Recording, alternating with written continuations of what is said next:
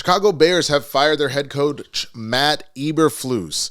Now, Eberflus' era in Chicago is officially over. The Bears just fired the guy in his third year with the team, making the first in-season head coaching move in franchise history.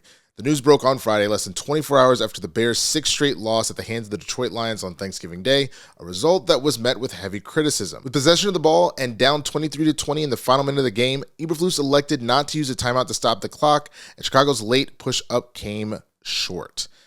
Hours before reports of his termination, Eberflus seemed confident he'd be back on the sidelines against the San Francisco 49ers next weekend, but that wasn't the case. Eberflus went 14 of 32 in 2+ seasons with Chicago and 4 of 8 in 2024, but struggled heavily in close scoring games.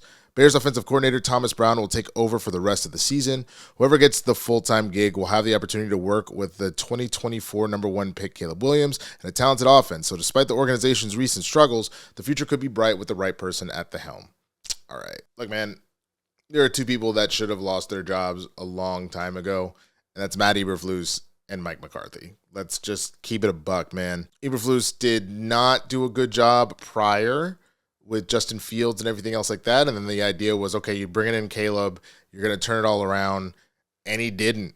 If anything, he did a very piss poor job of maturing Caleb to be an NFL quarterback. There's things that coaches and mentors need to do for that player to take that next step from college to the pros. And Caleb has a lot of intangibles that work. You see it out there that there are things that are just coming to him naturally. However, he's a rookie and it shows, and he makes a lot of mistakes and things like that. And that's the type of stuff that a quality coach, a quality head coach will be able to get out of him. And if not him personally, hires the right staff to make sure that happens. So I think the thing that was just really disappointing with this entire situation is that Caleb really has generational talent. When you just look at what he's been able to do, while he was in school, you look at, all of the tape of him coming up, but he is not playing like it. And Caleb needs to take some of that blame. Like, let's keep it real. You're the player, so you playing shittily is your fault. But at the same time, this is the same result that we had last year with Eberflus and the year before that. Justin would have these brilliant plays here and there, but that seemed more out of Justin, not because Eberflus did something to make him that good. And then there are still shortcomings with Fields, and I think that he is learning how to resolve all of that by playing behind Russell Wilson and playing for Tomlin. And you see that in that he was winning those games, but there was clearly a limitation of what he had learned so far, whether or not that's his talent period or just where he has developed just in those short few months with Pittsburgh. But long story short, he is growing because the right people are helping him grow. I do not think Eberflus can do that for this team. DJ Moore has a terrible attitude at this particular point. I love DJ Moore. I think he's super talented. I loved him on Hard Knocks where he seemed like such a nice, personable guy, but he's clearly done with the situation. I don't think he's necessarily ready to leave Chicago, but he's done whatever this is. Caleb, again, is having stunted growth, things like that. And a lot of people were talking about that game on Thanksgiving. It seemed like the hustle was just kind of gone from the team. It's just not there. The heart is gone, period. I think the thing that's frustrating looking at it with Mike McCarthy, because I'm saying that's another person that should have lost their job by now. It felt like throughout the year that people were not really playing for Mike. This last two games, both in Washington and then the Thanksgiving game, felt like the team got a little bit of fire back, and it actually scares me that Mike McCarthy might end up keeping his job over this. And I don't think Mike McCarthy is a bad guy, but I think that he is clearly not the one to get the Cowboys over the hump.